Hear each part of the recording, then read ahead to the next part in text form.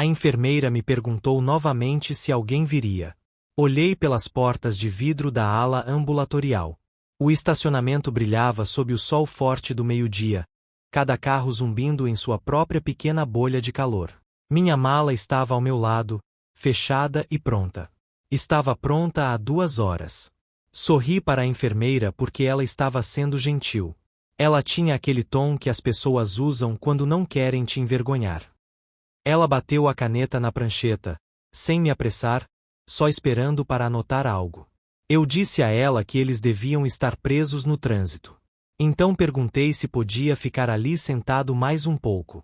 Ela assentiu e seguiu em frente, e eu observei seus sapatos desaparecerem na esquina. Foi a terceira vez que ela perguntou. A primeira foi às 11h15. A segunda foi mais perto do meio-dia. Agora eram 1h07. Verifiquei o telefone novamente, mesmo já sabendo. Nenhuma chamada perdida. Uma mensagem da minha farmácia sobre reabastecimento. Uma foto de alguém chamada Raquel, minha neta, uma foto do cachorro dela com um suéter. Mas nada deles. Nem uma palavra de Thomas. Nem de Jennifer. Sou Mary Carson, 72 anos, e esse foi o momento em que eu soube. Inscreva-se e conte-me nos comentários de onde você está assistindo. Obrigado. Fui anestesiado às 7h42 para um procedimento ambulatorial simples. Chamaram de pequeno, embora não parecesse pequeno para mim. Algo sobre remover pólipos, verificar tecidos, certificar-me de que nada suspeito havia começado a crescer onde não deveria. Não me lembro de ter passado mal. Só me lembro de acordar com a boca seca e uma enfermeira me perguntando se eu tinha alguém para ligar. Eu disse, sim, meu filho e minha nora estão vindo. Minha mala já está pronta. Eles me levaram até lá naquela manhã. Jennifer trouxe uma barra de proteína e um café gelado. Ela disse que eles tinham coisas para fazer enquanto eu estava em recuperação. Thomas me deu um meio sorriso, aquele que costumava ser o suficiente para me amolecer. Mas agora parecia cansado. Com a boca tensa. Quase como culpa. Percebi que ele não tinha pegado na minha mão. Ele costumava pegar na minha mão para tudo, mesmo quando estava no ensino médio. Principalmente naquela época. Eles me disseram que voltariam por volta das 10. Mas eles não vieram. Sentei-me naquela sala de espera, segurando uma garrafa d'água, me virando a cada 10 minutos para aliviar a dor na lombar.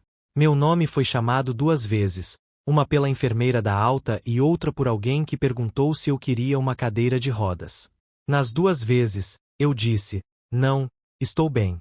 Eles estão a caminho. Às 13h15, parei de dizer isso. Há um tipo específico de silêncio que se instala quando você percebe que não é uma emergência na vida de ninguém. Não é pânico. É mais frio que isso. Melampo. Você começa a notar os cantos do cômodo, as marcas de desgaste no piso. Você ouve sua própria respiração como se pertencesse a outra pessoa. Voltei a percorrer as mensagens no meu celular, procurando por algo gentil. Talvez um momento que mostrasse que eles ainda se importavam. Mas a mensagem mais recente do Thomas tinha 1 semana. Você pode regar as plantas na quarta-feira? E a última da Jennifer foi mais curta. Só. Tragam seus cartões de plano de saúde. Mandei mensagem para os 2 uma vez. Ainda aqui. Me avise quando estiver perto. Nenhuma resposta. Liguei para o Thomas. Tocou 4 vezes e caiu na caixa postal. Desliguei antes de terminar a Saudacao. Não queria ouvir a voz dele gravada daquele jeito. Não quando eu estava tão invisível. Um homem à minha frente foi ajudado a subir em uma cadeira de rodas pela filha. Ela tinha cabelo comprido e usava meias descombinadas. Ela ficava perguntando se ele queria biscoitos.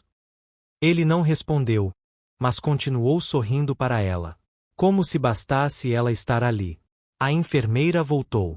Desta vez, ajoelhou-se ao lado da minha cadeira, então tive que olhar diretamente para ela. Ela disse que podia ligar para alguém. Ou me dar um serviço de transporte. Ou esperar comigo se eu quisesse sair. Eu disse a ela que estava bem. Ela disse, você foi muito paciente. Isso fez com que algo no meu peito se amolecesse, como o barbante de um balão que finalmente se desfaz. Às 13h43, chamei o táxi. O motorista era um jovem que usava óculos escuros. Ele perguntou se eu precisava de ajuda com a minha mala, e eu disse que não, mas ele a pegou mesmo assim. Dei meu endereço a ele, e no meio da viagem, mudei. Você pode me levar para o Redwood Motel em New City? Ele não perguntou por quê. Apenas tocou na tela e disse claro. Passamos pelo cruzamento da minha rua. Olhei para o mercado, para o parque da esquina, para o sinal que sempre demorava para abrir. Não senti nada. Nem uma piscada. Era como se eu já tivesse me desvencilhado daquela vida sem saber. Quando entramos no estacionamento do motel, ele perguntou quanto tempo eu ficaria. Eu disse que ainda não sabia. Dei uma gorjeta grande demais para ele e então fiquei observando o carro dele ir embora até as lanternas traseiras desaparecerem atrás da farmácia ao lado. O quarto era pequeno, mas tinha lençóis limpos. O ar-condicionado fazia barulho e o controle remoto estava colado com fita adesiva, mas era meu por aquela noite. Sentei-me na beira da cama e desfiz minha mala. Alinhei meus remédios no criado mudo e enchi um copo com água da pia. Então me deitei e fiquei olhando para o teto, ouvindo o zumbido dos carros na estrada lá fora. Parecia que o mundo tinha mudado. Não desmoronado, apenas inclinado o suficiente para que tudo o que eu achava que conhecia tivesse caído para o lado. Eu não estava com raiva. Ainda não. Eu estava simplesmente acordado de um jeito que não estava há anos. E eu sabia que não voltaria para casa. Eu costumava acreditar em aniversários. Que se você se lembrasse do aniversário de alguém, fizesse um bolo e ficasse acordado até tarde para colar um cartão no espelho da pessoa para que fosse a primeira coisa que ela visse, isso significava alguma coisa. Significava que você era visto. Amado. Lembrado quando ninguém estava olhando. O último aniversário de que realmente me lembro foi o meu 59º. Não por algo grandioso, mas por ser tão tranquilo. Thomas tinha acabado de se mudar para a segunda casa, a maior, com garagem para 2 carros e a ilha na cozinha que Jennifer sempre dizia ser o seu sonho. Eles ainda não tinham terminado de desempacotar. Trouxe uma caixa de toalhas e um bolo de limão. Ofereci-me para ajudar a dobrar lençóis, tirar o pó das prateleiras e deixar tudo com uma aparência mais caseira. Jennifer sorriu com a boca, mas não com os olhos. Ela disse: "Ah, você não precisava assar. Ultimamente, estamos fazendo com pouco açúcar. Mas obrigada." Ela não me pediu para ficar. Apenas colocou o bolo no balcão como se fosse uma correspondência para ser classificada mais tarde. Thomas me abraçou e disse que ligariam naquele fim de semana. Não ligaram. Lembro-me de dirigir para casa com o rádio desligado, o carro quente demais, mesmo com as janelas abertas. Segurei o cartão que me deram. Sem assinatura. Dizia feliz aniversário com glitter rosa grosso. Mas sem nomes dentro. Sem caligrafia. Só espaço. Foi aí que eu soube que as coisas estavam começando a mudar. Mas eu não queria acreditar. Não sou alguém que grita, briga ou exige. U dobro. U asso. Chego cedo e sento no fundo. Levo lenços de papel na bolsa, mesmo quando não preciso deles, porque sempre tem alguém precisando. Criei o Thomas sozinha. O pai dele foi embora quando ele tinha 5 anos. Disse que ia para o Oregon abrir uma construtora com o primo, e nunca mais tivemos notícias dele. Não chorei na frente do Thomas. Contei a ele que o pai dele estava em uma aventura, e nós também. Eu trabalhava à noite nos correios, separando correspondências até meus pulsos doerem. Dormia 4 horas seguidas e preparava o lanche dele antes da escola. Em todas as reuniões de pais e professores. Em todas as feiras de ciências. Eu estava lá. Mesmo quando tinha buracos nos sapatos. Mesmo quando não tinha ninguém para cuidar dele e tinha que levá-lo comigo para os turnos, enrolando em um cobertor atrás da porta da sala de descanso. Ele era um menino doce. Falava manso. Desenhava pássaros. Adorava nuvens. Sentava-se perto da janela e me contava como era cada uma. Aquele é um leão. Aquele é um sanduíche. Aquele somos nós, você e eu. Às vezes ainda vejo nuvens assim. Mas só quando estou sozinho. Quando ele conheceu Jennifer, pensei que seria bom para ele. Ela era afiada e polida como eu nunca fui. Sabia quais garfos usar e como responder perguntas com um sorriso que encerrava a conversa. Ela trabalhava no mercado imobiliário e sempre usava batom. Nunca a vi sem batom. No casamento, sentei-me perto da frente, mas não na primeira fila. A família da Jennifer tinha ocupado a maioria dos lugares. A mãe dela me perguntou 3 vezes onde eu tinha comprado meu vestido. Cada vez que eu dizia Marshalls, ela parecia surpresa, como se eu estivesse brincando. Não estava. Dei a eles a entrada para a primeira casa. Discretamente. Thomas não perguntou.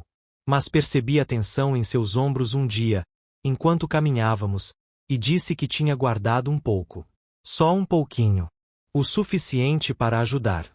Ele disse que pagaria de volta. É claro que ele disse isso. Isso foi há quase 15 anos. Desde então, sou a pessoa que entra para alimentar o gato deles quando estão de férias.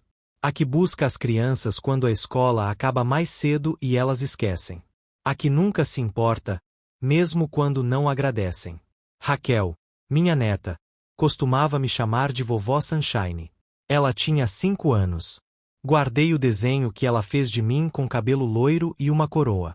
Dizia que eu era a rainha dos abraços. Isso foi antes de ela ganhar o celular. Antes das mensagens virarem respostas monossilábicas e fotos borradas de café da manhã e cachorros de suéter. Eu não a culpo. Sério que não. Ela tem 15 anos agora. Ou 16. Ela adorava cantar no carro. Eu a deixava tocar a mesma música 5 vezes seguidas se isso a fizesse sorrir. Mesmo quando fazia meus ouvidos zumbirem. Mesmo quando eu não entendia uma palavra. Guardei todas as coisinhas. Cada desenho feito com giz de cera. Cada cartão feito à mão. Até a prova de ortografia em que o Thomas tirou-a na 3ª série. Ele desenhou uma estrela no canto ao lado do meu nome. Ele escreveu: para a mamãe, porque ela me ajuda a soletrar.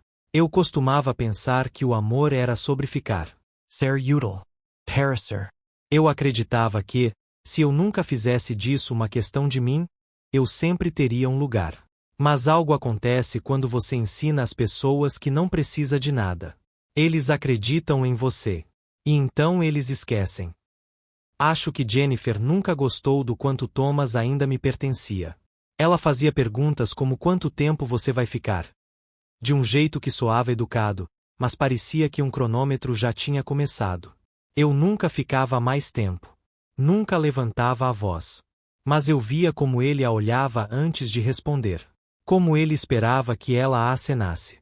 Quando levei meu primeiro susto no ano passado, uma tontura, uma queda na cozinha, não liguei para eles. Disse a mim mesma que não era nada sério. Dirigi até o pronto-socorro com uma toalha pressionada no queixo. Pontos. Só 3. Deixei o carro ligado quando cheguei correndo. Ninguém nunca perguntou sobre a cicatriz. É pequena, logo abaixo do meu maxilar, mas ainda assim. No dia em que me deixaram na clínica, Jennifer fez uma piada no estacionamento. Algo como: você não vai nos assombrar se algo der errado, né? Thomas riu. Eu sorri. Mas ficou comigo. Como uma rachadura fina num copo que você continua usando de qualquer jeito. Eu costumava registrar como eles se importavam. Os telefonemas. As visitas. Os agradecimentos. Mas a lista foi ficando menor a cada ano. E eu fiquei mais quieta. Até agora. Porque quando você fica do lado de fora por muito tempo, em um lugar onde ninguém vem te buscar, você começa a perceber que não faz mais parte da casa. Você faz parte da varanda. Você é algo que eles passam por cima quando voltam. Era uma quinta-feira quando encontrei a pasta. Eu não estava bisbilhotando. Eu não bisbilhonto. Estava procurando o remédio para a alergia do gato no armário da lavanderia. A gatinha deles, Muffin, tem crises quando as estações mudam. Eles me pediram para passar e dar o colírio para ela enquanto estavam em Cabo. Eu já tinha feito isso antes. Eles confiaram a chave deles a mim. Ou talvez eles simplesmente presumissem que eu nunca passaria dos limites. A pasta estava no fundo do armário, escondida atrás de uma pilha de cupons e de uma lanterna que não funcionava. Azul claro. Com o rótulo Casa, Diversos, escrito na letra caprichada de Jennifer, daquelas que se curvam para baixo, como se estivessem sempre se corrigindo. Eu só queria deixá-lo de lado, mas ele escorregou e abriu em minhas mãos. Houve uma página que me chamou a atenção. Um documento impresso com uma assinatura que parecia a minha. Só que não era. Encostei-me na máquina de lavar, segurando o papel sob a única lâmpada amarela que nunca se deram ao trabalho de trocar. Era uma procuração. Datada de 8 meses atrás. Autorizando Thomas a agir em meu nome. Financeiramente, legalmente e em questões de saúde. Meu nome estava lá. Meu nome completo, em letras maiúsculas. Minha data de nascimento. Até meu endereço, escrito corretamente. Até o número do apartamento para o qual eu tinha acabado de me mudar no ano passado. Mas a assinatura era uma mentira. Uma mentira ruim. Eu não escrevo meu Y assim. E nunca cruzo meu T com uma curva. Havia também um selo notarial. Uma pessoa chamada Clara. Nunca conheci uma Clara na minha vida. Minha primeira reação não foi de raiva. Foi algo mais entorpecido. Como um degelo lento de algo congelado dentro de mim. Li de novo. E de novo. As palavras ficaram borradas nas bordas, mas me forcei a continuar com aquilo. Verifiquei a pasta. Havia mais documentos. Um era um resumo da conta bancária com meu nome. Uma conta compartilhada que eu desconhecia. Outro era um requerimento para me incluir como dependente para fins fiscais. A assinatura de Jennifer estava ali. Foi quando minha mão começou a tremer. Sentei-me na secadora fechada, com o papel ainda no colo. O zumbido da casa ecoava pelas paredes, o aquecedor de água ligando, o tic-tac abafado do relógio da cozinha. Tudo parecia normal. Comum. Mas eu sabia que tinha acabado de cair em um alçapão. Eles planejaram isso. Não impulsivamente. Não com raiva. Mas lentamente, empapelada. Em formulários, assinaturas e permissões silenciosas que nunca dei. A traição não estava em palavras. Estava em linhas de tinta. Phrases legais. Letras miúdas. Fiquei sentado até Muffin vir me procurar. Ela se esfregou no meu tornozelo e me encarou como se soubesse que algo estava errado. Dobrei o papel de volta na pasta e coloquei tudo exatamente onde estava. Quando cheguei em casa, não dormi. Nem troquei de roupa. Sentei-me na cadeira perto da janela, com um cobertor sobre as pernas, e observei o trânsito passar. O zumbido dos faróis. O latido ocasional do cachorro do vizinho. Pensei nas manhãs em que apareci cedo com muffins. Nos fins de semana em que levei Raquel ao treino de tênis porque eles tinham esquecido de novo. Nos jantares de aniversário que planejei. No dinheiro que emprestei e nunca pedi de volta. Na vez em que Jennifer me disse que eles talvez tivessem que se mudar para a Flórida a trabalho, e eu me ofereci para vender minha casa para poder ir com eles. A oferta ficou no ar como um cheiro ruim. Nenhum dos dois respondeu. No dia seguinte, disseram que tinham decidido não se mudar. Fingi que não doeu. E agora Enzo. Pensei na voz que Thomas usava quando queria algo mais suave. A voz que ele usava quando era pequeno e pedia por mais uma história. Mais um biscoito. Mais um minuto. Eu nunca disse não. Eles não falsificaram meu nome para roubar. Não exatamente. Fizeram isso para que eu não tivesse voz ativa. Para que pudessem me gerenciar. Me direcionar. Me inserir no sistema deles como um formulário de papel em uma gaveta trancada. Só por precaução, provavelmente disseram a si mesmos. Só para facilitar as coisas. Para quem? Lembrei-me de uma conversa que ouvi meses atrás. Jennifer ao telefone, andando de um lado para o outro no corredor enquanto eu estava sentado na sala dobrando as roupas da Raquel. Ela disse algo sobre agilizar as decisões. Sobre como seria mais simples se eu não precisasse ser consultada sobre tudo. Então, ela fez uma pausa, riu e disse: Ela nunca foi difícil, mas acho que está na hora de pensarmos no futuro. Pensei no futuro. Como se eu fosse uma planta doméstica que está ficando grande demais para o vaso. Na manhã seguinte, fui ao banco. Pedi que verificassem as contas em meu nome. Lá estava. Uma conta conjunta com o Thomas. Aberta discretamente, com um depósito inicial da minha conta corrente. U congelé. A mulher na recepção olhou para mim atentamente quando pedi para revogar quaisquer procurações que eles pudessem ter arquivadas. Ela perguntou se eu tinha apoio jurídico. Eu disse que ainda não. Depois, fui para casa e liguei para um advogado. Alguém que minha amiga Noreen havia recomendado antes de falecer. A filha dela o recorreu durante o inventário. Ele atendeu no segundo toque. Sua voz era seca e lenta, como o cascalho se movendo. Expliquei tudo. Só os fatos. Ele ouviu e disse que poderíamos resolver. Escrevi um bilhete naquele dia. Um cartãozinho simples, sem nenhuma mensagem. Só a minha letra. Ninguém falsificou aquilo. Eu sei o que você fez. Já tomei providências. Deixei-o no balcão da cozinha na próxima vez que fui alimentar Muffin. Essa foi a última vez que usei a chave deles. Deixei-o na caixa de correio no caminho para casa. Não senti nada enquanto o via desaparecer. Nenhum medo. Nenhuma culpa. Apenas o alívio silencioso de colocar algo onde não poderia ser recuperado. Porque a traição nem sempre vem com gritos. Às vezes, vem com assinaturas que você nunca fez. Com sorrisos que escondem estratégias. Com as mãos macias de um filho que costumava desenhar nuvens para você, agora entregando seu futuro a outra pessoa em uma pasta com o rótulo de versos. E às vezes a vingança mais limpa não é o barulho que você faz. É o silêncio que você deixa para trás. Há um momento após a traição que não é dor. É quietude. Como o silêncio após um copo quebrar, mas antes de cair no chão. Seu corpo percebe que algo mudou antes mesmo que sua mente perceba. Para mim, esse momento chegou 2 dias depois de eu ter devolvido a chave pelo correio. Eu estava em pé na pia da cozinha, olhando pela janelinha acima dela, observando os sinos de vento do vizinho se moverem sem som. Não havia brisa. Apenas movimento, sem música. E percebi que não chorei. Nem quando encontrei os documentos. Nem quando bloqueei a conta. Nem quando deixei a ração do gato e aquele bilhete no balcão. Não era dormência. Era algo mais agudo. Um tipo de clareza que não implora por conforto. Eu não queria mais conforto. Eu não queria ser gerenciado. Começou com pequenas coisas. Esvaziei as gavetas do meu apartamento. Todas aquelas que guardavam coisas para outras pessoas.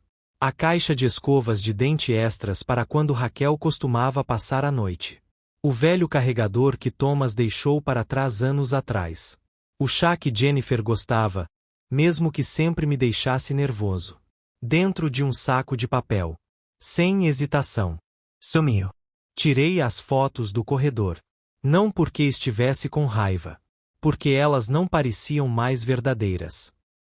Havia uma foto do Thomas segurando Raquel quando bebê, com o rosto suave e orgulhoso. Foi essa que doeu. Passei o dedo pela moldura antes de colocá-la delicadamente na lixeira. Não no lixo. Só longe. Em algum L. Yuger tranquilo. Não toquei música. Não liguei a televisão. Eu precisava ouvir meus próprios pensamentos. Eu precisava encontrar o som da minha própria vida novamente. Comprei um caderno. Um simples, da loja da esquina. Eu costumava guardar tudo na cabeça. Agendas, compromissos, senhas, receitas. Mas isso me tornou fácil de apagar. Se não estivesse escrito, não existia. Agora sim. Fiz uma lista naquela primeira noite. Contate o advogado. Atualize a procuração 2. Alterar pins bancarios 3. Cancelar retiradas automáticas 4. Pesquisar moradia alternativa 5. Novo endereço de identificação 6. Encontré aluguel de almacenamiento 7. Alteração do nome da pesquisa, opcional. Fiquei olhando para o número 7 por um bom tempo. Não o risquei. Mas também não o circulei. A verdade é que eu ainda atendia por um nome que não me fazia mais sentir em casa. Liguei para o advogado novamente. A assistente dele se lembrou de mim. Ela falou baixinho, como se tivesse medo de quebrar algo que eu não tinha contado. Eu apreciei. Não preciso de pena. Mas percebo gentileza. Eles me enviaram documentos no dia seguinte. Oficiais. Com a minha assinatura correta, desta vez. Cada traço de tinta parecia um ponto me recompondo. Era estranho como tudo estava calmo. ¡Qué silencio! Não havia portas batendo, nem confrontos. Só eu sentada a uma mesinha, marcando caixas, rubricando páginas. Escolhendo a mim mesmo em tinta. Não liguei para ninguém para falar sobre isso. Não contei para minha irmã. Ela só diria algo ríspido, como eu sempre avisei sobre o Thomas. Não procurei as mulheres da igreja. A maioria delas achava Jennifer tão refinada e adorava seus arranjos de mesa para o feriado. Não era uma questão de vergonha. Era uma questão de espaço. Algumas coisas precisam acontecer em silêncio para que você possa ouvir o que está perdendo. Comecei a caminhar novamente. Não o tipo de caminhada com destino. Só caminhadas para respirar. Para observar. Observei pássaros que não se importavam com quem os alimentava. Contei quantas janelas tinham cortinas e quantas não. Comecei a deixar meu celular em casa. Nas primeiras vezes, fiquei nervoso.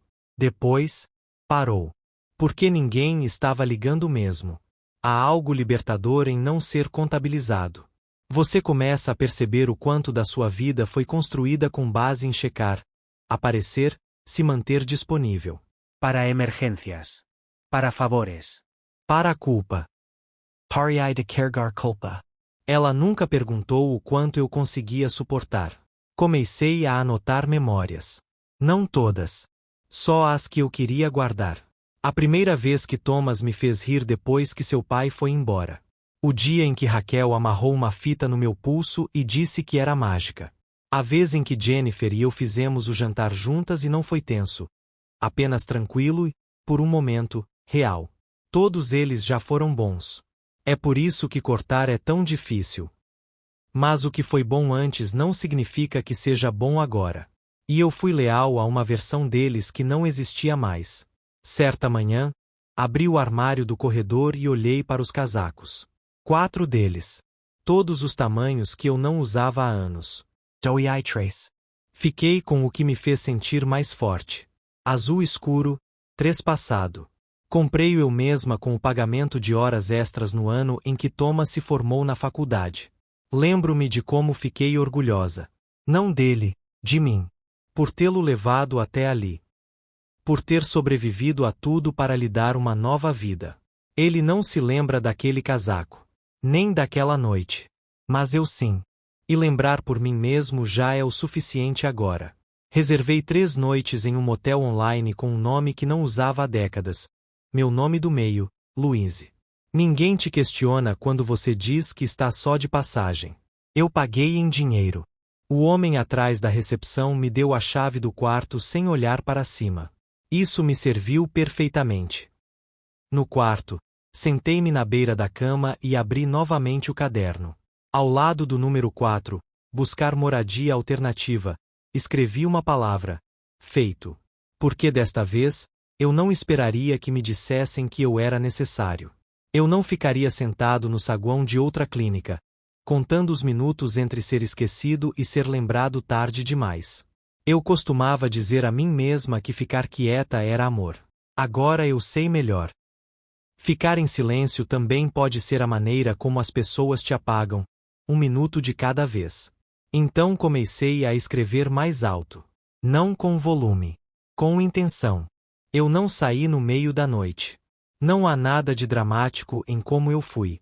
Tranquei a porta, coloquei o envelope do aluguel na mesa do escritório do gerente com um aviso prévio de 1 mês e deixei um bilhete simples dobrado dentro. Sem endereço para a correspondência. Apenas uma frase escrita à mão. Por favor, considere este meu último mês. Não preciso de manutenção. Foi isso. Fiz as malas aos poucos. Ao longo de 4 manhãs. Não tive pressa. Não fiquei pensando 2 vezes. O quarto do motel tinha espaço suficiente para 2 malas e uma cadeira dobrável. Guardei o que coube e o que importava. Eu trouxe o casaco. Dixie a Luca. A coisa mais difícil de largar foi a gaveta de cartões. Dezenas deles, empilhados em uma caixa, enrolados com barbante. Desejos de aniversário, rimas de Dia das Mães, rabiscos bagunçados da infância, glitter que nunca saía direito. Fiquei ali sentado com eles por mais de 1 hora. Eu não chorei. Li-os como se fossem recibos antigos. Cada um era um registro temporal. Prova de que eu havia sido o centro de alguém. Ou, pelo menos, a órbita de alguém. Escolhi 2 para guardar, um que Raquel fez quando tinha 6 anos, com sua mão traçada em giz de cera vermelho, e outro de Thomas no ensino médio que dizia: Obrigado por nunca desistir de mim. Dobrei-os delicadamente nas páginas do meu caderno. O resto foi para o lixo. Deixar de lado objetos não foi difícil. Deixar de lado a necessidade de ser conhecido foi. Cancelei o plano telefônico. Fui direto à loja da operadora e pedi uma linha básica. Sem dados. Sem correio de voz. Sem compartilhamento familiar. A garota atrás do balcão pareceu confusa. Você não quer manter seu número? Não. Ela imprimiu um recibo e me entregou o novo aparelho. Era pequeno, silencioso na palma da mão. Guardei-o no bolso como se fosse um segredo. Naquela tarde, abri uma nova conta bancária. Só que em meu nome. Sem avalistas. Sem acesso compartilhado. Levei meu documento de identidade, a revogação autenticada da procuração antiga e o nome do procurador que a havia protocolado. O banqueiro era jovem. Ele perguntou se eu queria nomear um beneficiário. Eu disse ainda não. A verdade é que eu não sabia quem merecia isso. Naquela noite, rasguei os velhos talões de cheques na pia do motel. As páginas amoleceram na água morna e depois se desfizeram nas minhas mãos como folhas. Não me senti poderosa fazendo isso. Me senti limpa. No dia seguinte, aluguei um pequeno depósito fora da cidade. Climatizado. Sem elevador. Fácil acesso. Levei minhas 2 malas, meu caderno e algumas caixas lacradas com a inscrição pessoal. A chave pesava na minha mão. Gostei disso. Peso de verdade. Voltei ao apartamento uma última vez. Não havia sobrado muita coisa. As persianas batiam na janela aberta. Um leve cheiro de limpador de limão ainda pairava nos cantos. Deixei o lugar destrancado para a equipe de manutenção. No balcão, coloquei um envelope pardo. Dentro, havia uma cópia da procuração falsificada, destacada em amarelo, com um post-it colado na frente. Não sou sua para gerenciar. Revogo to do consentimento. Isso era para o Thomas. Ou para a Jennifer. Ou para quem quer que viesse em busca de uma explicação quando percebesse que eu tinha saído discretamente do quadro. Eu não lhes devia uma luta. Eu me devia liberdade. Peguei o táxi para a cidade mais próxima. 27 milhas. Foi o suficiente para não ser reconhecido. Não tão longe a ponto de virar fantasia. O motorista não falou nada. Gostei dele por isso. Ele me olhou uma vez pelo retrovisor e manteve as 2 mãos no volante. Como se soubesse que eu precisava mais de silêncio do que de companhia. O motel tinha vista para um campo seco e um posto de gasolina na esquina. Nada de cartões postais. Nada de charm. Mas tinha uma cama, uma fechadura funcionando e um telefone que eu não precisava atender. Sentei-me na beira do colchão e ouvi o zumbido da mini geladeira. Uma pequena canção de ninar doméstica. E eu respirei. Não apenas o ar, mas o espaço.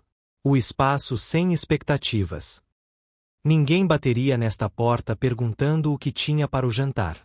Ninguém mandaria mensagem dizendo que eu tinha sido excluído de um convite de grupo. Ninguém presumiria que eu não tinha nada melhor para fazer do que esperar nos bastidores da vida deles. O telefone tocou uma vez, por volta das 7 daquela noite. Não é o meu novo número. A linha do motel. Deixei passar. Parou de tocar depois das 4. Não perguntei à recepção quem ligou. Se fosse o Thomas, ele logo descobriria que eu não era rastreável. Se fosse a Jennifer, ela provavelmente diria que estava preocupada, não comigo, mas com a logística. Ela perguntaria o que eu achava que estava fazendo. Provavelmente diria que isso não era justo. Mas a Fer saiu da sala no dia em que escreveram meu nome em algo que eu nunca vi. Pedi um sanduíche no posto do outro lado da rua. Peru. Sem maionese. O homem atrás do balcão assentiu quando pedi guardanapos extras. Sem julgamentos. Sem conversa fiada. O gosto era melhor do que deveria. A fome faz isso quando é sincera. Depois, voltei andando pelo cascalho. Estrelas começavam a aparecer. Estrelas fracas. Não do tipo sobre o qual se escreve poemas. Mas olhei para cima mesmo assim. E ali, ao lado do brilho alaranjado fraco da placa do motel, vi um avião no céu. O minúsculo. Silencioso. Não me perguntei para onde isso iria. Eu simplesmente gostei que estivesse acontecendo. Lá dentro, fiz uma última lista no caderno. Autonomia jurídica recuperada, realocado, acesso antigo removido, narrativa reescrita. Ninguém mais precisava ler. Era o suficiente que eu tinha. Coloquei o caderno no criado mudo, apaguei o abajur e deitei-me completamente vestida. Só por um instante. Mas dormi a noite toda. A primeira mensagem chegou 3 dias depois do meu desaparecimento. Era uma mensagem de voz deixada no telefone fixo do motel, e o rapaz da recepção colocou um bilhete embaixo da minha porta com o horário e o nome. T. Carson, ligou às 10h32. Disse, por favor, diga a ela para ligar. É urgente. Nenhum número escrito. Ele deve ter presumido que eu ainda tinha meu telefone antigo. Dobrei o bilhete ao meio e o joguei no lixo. Não com raiva. Só em silêncio. Como se estivesse largando um copo que você não precisa mais. Eles não entraram em contato comigo no dia da clínica. Ou no dia seguinte. Até que eu não apareci onde eles esperavam que eu estivesse. Não era a minha ausência que os preocupava. Era a perda de controle. Fui andando até a biblioteca naquela tarde. Cadastrei-me para um passe de visitante e sentei-me diante de um computador empoeirado num canto. Ninguém me notou. Gostei disso. Procurei meu nome, depois o da Jennifer, depois o do Thomas. Eles postaram alguma coisa. Não foi frenético, não à primeira vista. Apenas uma mensagem no Facebook, compartilhada da página da Jennifer. Se alguém viu ou ouviu falar de Mary Carson nos últimos dias, por favor, entre em contato. Estamos preocupados com a segurança dela. O último contato conhecido foi durante uma consulta médica. Obrigado. As palavras eram suaves, mas o que estava por trás delas era pânico. Eu li os comentários. A maioria era previsível. Espero que ela esteja bem. Enviando pensamentos. Avise-nos se tiver alguma notícia. Uma mulher perguntou se eles já tinham contatado a polícia. Jennifer respondeu: ainda não. Estamos tentando respeitar a privacidade dela e dar espaço a ela, se precisar. Mas estamos realmente preocupados. Eles não estavam preocupados 2 horas após o horário de alta. Eles não ficaram preocupados quando liguei e mandei mensagem. Eles não ficaram preocupados quando fiquei do lado de fora da clínica com um copo de papel com água e um curativo no pulso, olhando para os carros que nunca paravam. Eles só se preocuparam quando eu fiquei indisponível. Uma vez eu saí do sistema de controle deles. No dia seguinte, o telefone do motel tocou novamente.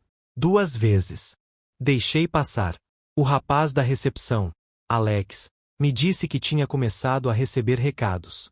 Eu disse que não precisava. Mas ele fez mesmo assim. Ele me entregou um pequeno maço. Li cada um deles, sob a luz fraca da máquina de venda automática. T. Carson urgent. Por favor, ligue. Não sei o que aconteceu. Lamentamos. J. Carson podemos conversar? Precisamos resolver isso. R. Carson, Oi, vovó. Por favor, me avise se você está bem. Essa me fez parar. Raquel.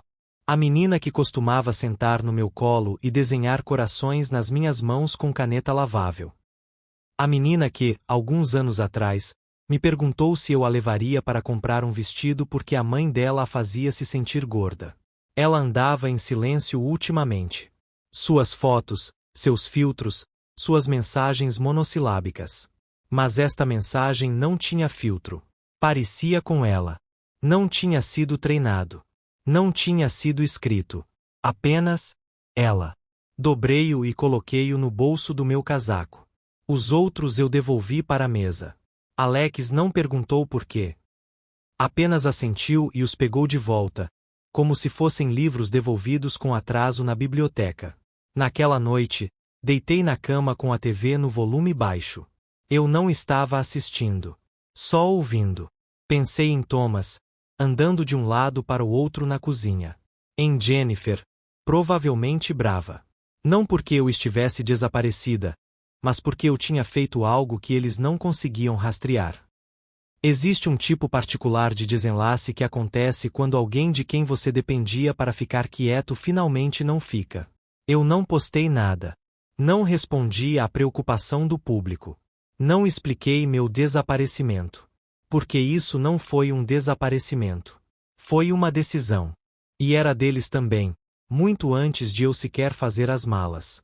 Eles simplesmente não esperavam que eu percebesse a maneira como me apagaram lentamente do centro de suas vidas.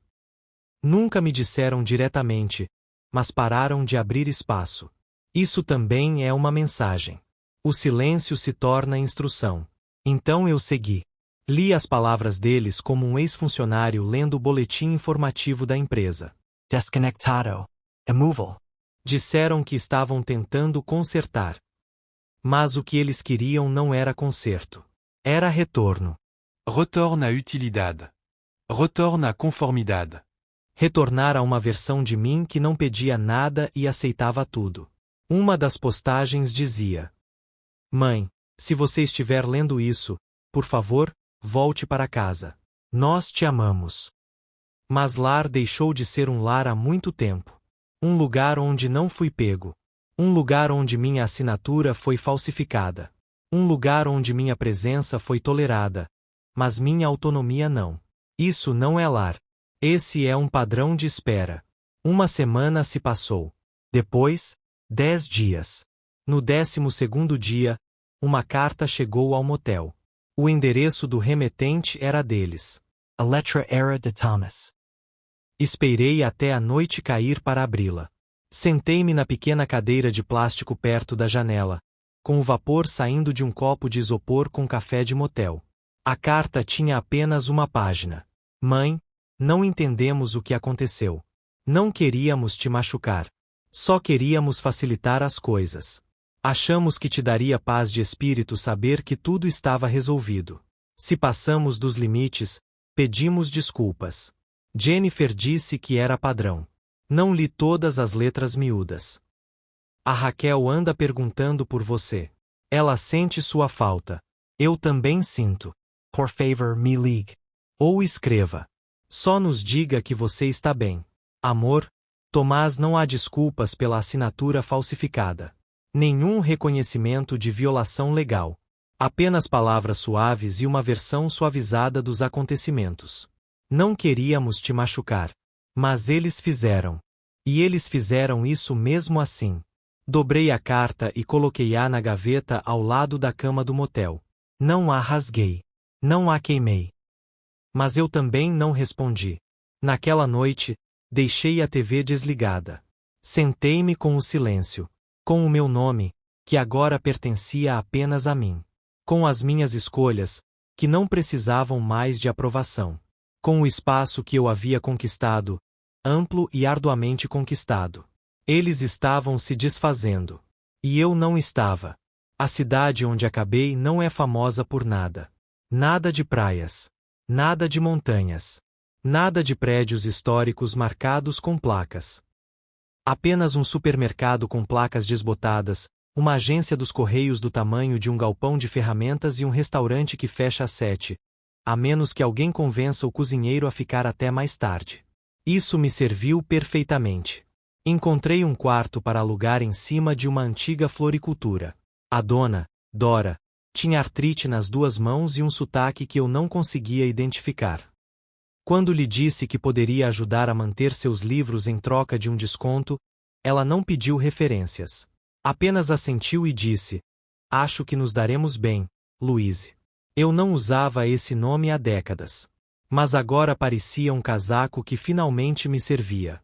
Nada chique. Nada emprestado. Apenas quentinho. O quarto era pequeno. Uma cama de solteiro, uma comoda lascada, uma janela com vista para o beco atrás da loja. Mas todas as manhãs eu abria a cortina e sentia algo se mexer, algo que não se movia há anos. Escolha. Eu não era dependente de ninguém. Não era plano B de ninguém. Não estava esperando ser chamado. Eu estava construindo algo que não precisava de permissão para existir. Dora e eu entramos no ritmo. Ela não falava muito, e eu não me importava. Ela me mostrou como dobrar fitas para buquês e quais hastes de flores preferiam água morna em vez de fria. Eu ajudava a equilibrar as contas no fim da semana e cuidava da maioria dos pedidos online. Ela ainda usava um celular de flip, então eu mandava uma mensagem para o entregador quando precisava entregar alguma coisa. Havia uma quietude no trabalho que me acalmava. Apparando pétalas. Emerando leicos. Sentindo o cheiro de coisas vivas e inteiras. Às vezes, em dias tranquilos, eu preparava um pequeno embrulho para mim. Sobras. Calls tordos. Nada extravagante. Só algo para me lembrar que eu também merecia beleza. Não contei muita coisa para Dora. Só que eu tinha vindo de fora da cidade. Que eu gostava do silêncio. Que eu estava procurando por algo pequeno e meu. Ela assentiu, como se tivesse entendido. Acho que sim. Certa tarde, um menino entrou com uma nota amassada de $5 e pediu uma flor para a mãe. Ajudei-o a colher uma margarida e a embrulhei em papel da seção de descontos. Ele olhou para mim e disse: "Ela vai ficar muito feliz." Sorri e disse que tinha certeza. Quando ele saiu, sentei-me atrás do caixa e senti algo inesperado. Não tristeza. Não saudade. Apenas suavidade. O tipo de dor que você sente quando um hematoma finalmente para de latejar. Eu ia à biblioteca toda terça-feira. Comecei a ler de novo.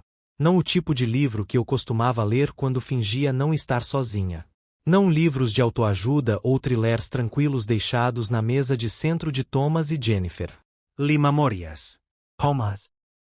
Histórias sobre mulheres que desapareceram e depois decidiram que desaparecer era só o começo. Eu ainda carregava o caderno. Estava desgastado nas bordas. As páginas estavam macias agora, dobradas nos lugares onde eu havia escrito com muita pressão. Fiz novas listas. Coisas que gosto nas manhãs. A maneira como a luz atinge as flores através da vitrine. Café com canela. Silêncio antes que o varredor de rua passe coisas que não mais. Desculpe por dizer não. Responder perguntas que não quero. Verificar nas redes sociais se há menções ao meu nome. Não recebi mais mensagens deles. Nem para o motel. Nem para a loja da Dora. Imaginei que tivessem passado para novas emergências. Ou tivessem decidido contar a si mesmos uma versão dos acontecimentos que os fizesse se sentir melhor. Essa é a graça do silêncio. Ele permite que as pessoas escrevam suas próprias narrativas. Mas a distância também. Não precisei corrigi-los. Eu só precisava viver.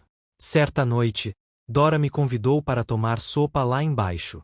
Sentamos na mesinha dos fundos da loja, cercados por cravos soltos e folhas enceradas que precisavam ser varridas.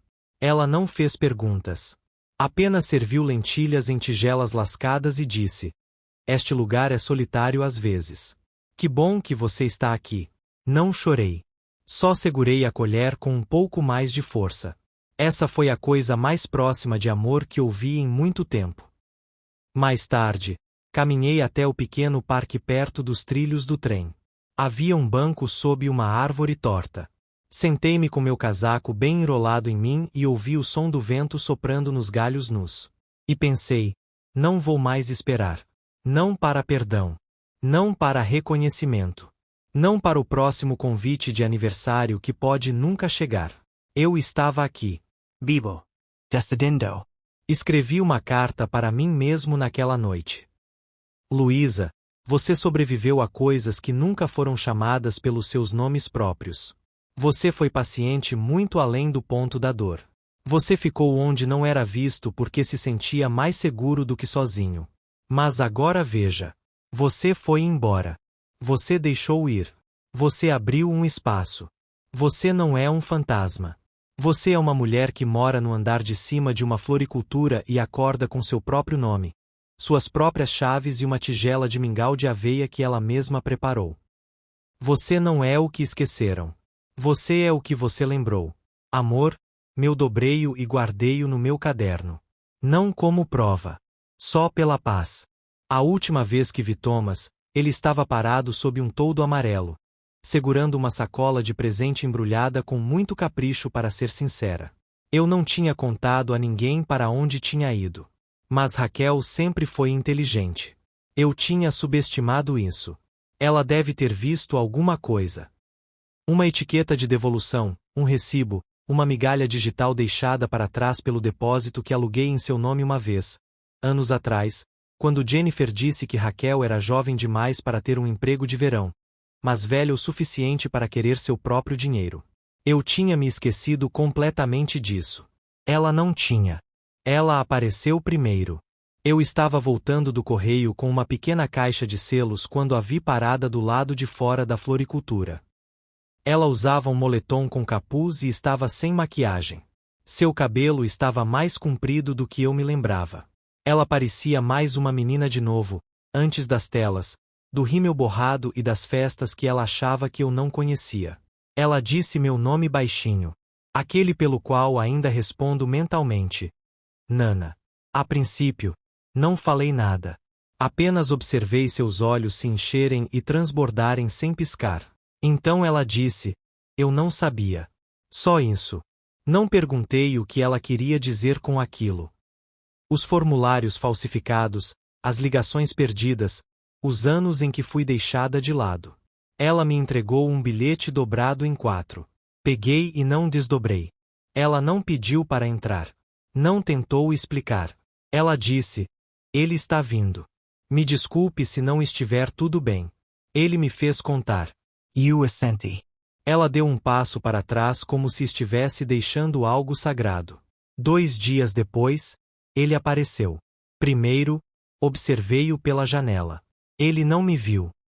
Andou de um lado para o outro, ajeitou a gola do casaco e checou o celular. A sacola de presentes balançava como um metrônomo ao seu lado. Azul e dourado. Festivo demais. Pretensioso demais. Abri a porta da loja e saí antes que Dora pudesse dizer uma palavra. Seu rosto mudou quando me viu. Algo como alívio. Mas, no fundo, confusão. Talvez tristeza. Como se tivesse visto um fantasma, mas não tivesse certeza se podia falar com ele. Ele disse meu nome. Não mãe. Só Maria. Isso me disse tudo. US prêt. Ele disse, eu não sabia que ela faria isso com os papéis. Juro que não li tudo. Jen disse que foi só por precaução. Você teve a queda. E o susto com os pólipos. Foi só para ajudar. Eu não disse nada. Ele continuou falando. Você sempre foi tão capaz. Tão forte. Não imaginamos que você se importaria. Ele fez uma pausa. Bom, acho que não pensamos muito nisso. Ele estendeu a sacola. Eu não a peguei. São só algumas coisas. Keshkoi. Uma foto da Raquel. Ela queria que você ficasse com ela. Ela sente sua falta. Eu também. Olhei para a sacola. O papel de seda aparecia como uma criança escondida atrás de cortinas. Fiz uma pergunta. Não em voz alta. Não ríspida. Por que você não veio? Ele piscou. Naquele dia. Na klinica. Por que você não veio? Ele desviou o olhar para a calçada. A vergonha era real, mas tardia. Como correspondência redirecionada muitas vezes. A gente se pegou. Esqueci a hora. A Jennifer tinha uma ligação de trabalho, e a Raquel estava com aquela coisa. Achei que você ficaria bem esperando. Você sempre ficava. A última frase foi o que ficou. Você sempre foi. Esse era o contrato que eu havia assinado sem nem saber. Que eu ficaria bem. Que eu esperaria. Que eu perdoaria. Que eu não iria embora. Até que eu fiz. Eu disse a ele que não estava mais com raiva. Não do jeito que ele provavelmente esperava. Eu disse que a raiva precisa de proximidade. Precisa de alguém para se defender. Mas distância era diferente. Eu disse que não queria vingança. Não queria explicações. Não queria a assinatura dele em mais nenhum pedaço da minha vida. Eu queria que ele vivesse sabendo que eu poderia ter voltado. E não o fez. Ele perguntou se havia algo que pudesse fazer. Eu disse: você pode ir. E ele fez. Ele deixou a bolsa no chão. Eu não toquei nela. Dora saiu depois que ele saiu e perguntou se eu estava bem. Eu disse que sim. Depois perguntei se ela queria o cachecol. Ela o usou no dia seguinte. Rosa e dourado, como um pôr do sol se esforçando demais. Sentei-me no fundo da loja e li o bilhete de Raquel. Vovó, eu não sabia dos jornais. Juro. Só pensei que você estivesse cansado da gente. Oh bravo. Mas agora eu entendo. De verdade. Eu vi o que eles fizeram. E me desculpe por não ter dito nada antes. Acho que pensei que você sempre ficaria. Eu não sabia que pessoas como você podiam ir embora. Sinto sua falta. Sinto falta da sua sopa, do seu cantarolar e do jeito que você sempre tinha uma bala de menta no bolso para mim depois da escola. Não sei se você vai responder. Mas se responder, mesmo que seja só uma vez, significará tudo. Amor? Dobrei-o delicadamente. Coloquei-o no fundo do meu caderno. Naquela noite, acendi uma única vela na janela. Não para eles. Não como um sinal. Só para mim. Para marcar o momento. Para me lembrar que nunca estive perdido. Acabei de encontrar. Eu costumava pensar que o encerramento parecia um círculo. Um momento em que as coisas voltam ao ponto inicial. Pessoas se desculpando da maneira certa. A mágoa se reverte, o registro se corrige. Todos se abraçando sob uma luz suave, como nos filmes. Mas não foi isso que aconteceu. Fechamento, aprendi, é uma porta que permanece fechada sem fazer barulho. Sem gritos. Sem cena final. Apenas um clique discreto e a certeza de que você não precisa abrir novamente. Já faz 4 meses desde que fui embora. Tempo suficiente para que o motel não me reconheça mais. Tempo suficiente para que eu possa ir até a padaria sem olhar para trás. Continuo na minha. Não por medo. Só por paz. Dora e eu regamos as plantas juntas às quartas-feiras. A loja cheira a eucalipto e moedas velhas pela manhã. Não é glamouroso. Mas é meu. Esta vida. Pequena, constante, descomplicada. Conheci uma mulher chamada Colette. Ela administra o sebo a 2 ruas de distância. Ela diz meu nome como se nunca o tivesse ouvido antes, com curiosidade, não por familiaridade. Às vezes, vou sentar no fundo da loja dela com um livro de bolso e uma garrafa térmica de chá. Não conversamos muito. Apenas dividimos o espaço. Isso parece sagrado agora. Compartilhar espaço sem que lhe peçam para dar mais do que você tem. Tem dias que escrevo cartas que nunca envio. Não cartas raivosas. Só cartas verdadeiras. Uma delas foi para mim mesmo, quando eu ainda estava do lado de fora da clínica com um copo de papel, a cabeça girando e sem carona. Escrevi: você não foi esquecido. Eles apenas pararam de se lembrar das partes certas de você. Em outra ocasião, escrevi uma carta para minha mãe. Ela se foi há 20 anos. Eu disse a ela que ser mãe é mais tranquilo do que eu esperava. Não em volume. Em reconhecimento. Grande parte disso é invisível. E, se você fizer direito, eles confundem seu sacrifício com estabilidade. Acham que o mundo simplesmente funciona assim. Que as caronas aparecem. que a roupa lavada dobra. Que a comida e o perdão se reabastecem sem questionamentos. E quando você se vai, o mundo se inclina. Não porque sentem sua falta, mas porque percebem o peso que você sempre carregou. Esse é um tipo de justiça que eu nunca quis. Mas é verdade. Acho que Raquel entendeu isso antes dos outros. Talvez ela sempre entenda. Ela escreveu de novo. Só uma vez.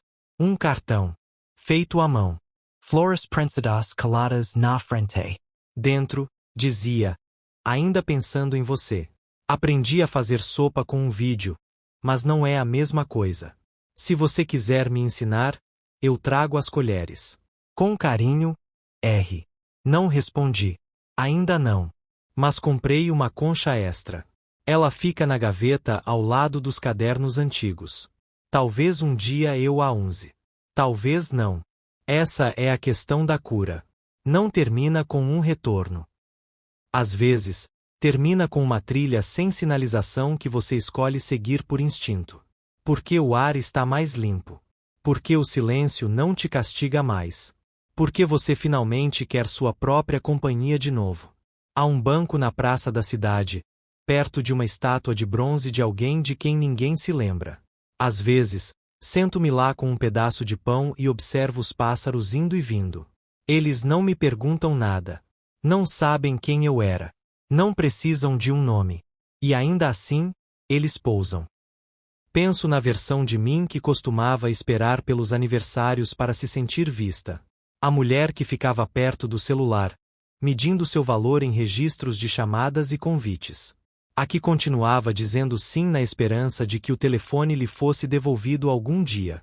Ela era gentil. Ela era boa. Mas ela está descansando agora. O que resta sou eu.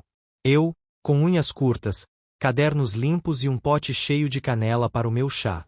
Eu, que entro num banco sem tremer. Eu, que não me sinto mais culpada por não ter justificado a minha ausência. Alguns dias acordo com o peso de velhas rotinas. Pego um telefone que não está mais lá. Penso em quem pode precisar de mim. Então me lembro, eu preciso mesmo. Eu preciso de mim. Ficar quieta. Permanecer inteira. Não entregar pedaços de mim em troca de migalhas. Aprendi que uma família pode ser feita de coisas novas. A mulher que me acena da lavanderia. A criança que deixou um desenho a giz na entrada da floricultura. Dora, que guarda para mim a fatia do meio do bolo de banana.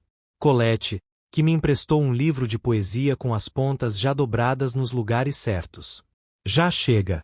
Isso é mais do que suficiente. Ontem queimei alguma coisa. Não por raiva. Só por cerimônia. Era a cópia do formulário falsificado. Aquele que eu guardei por muito tempo. Levei-o para a beira do campo atrás da loja. Accendi fósforo. Observei o papel se enrolar para dentro, como se estivesse tentando se segurar. Então, ele se esfarelou. Silêncio. Cinzas. Não falei. Não chorei. Só observei até que a dor passasse. Depois voltei para a cidade, comprei uma pequena torta de limão e comi em um banco sem nome. Escrevi uma última coisa no meu caderno antes de fechá-lo definitivamente. Você não está mais no quadro deles. Você é a imagem completa agora. E dessa vez, eu decido quem pode me chamar de qualquer outra coisa.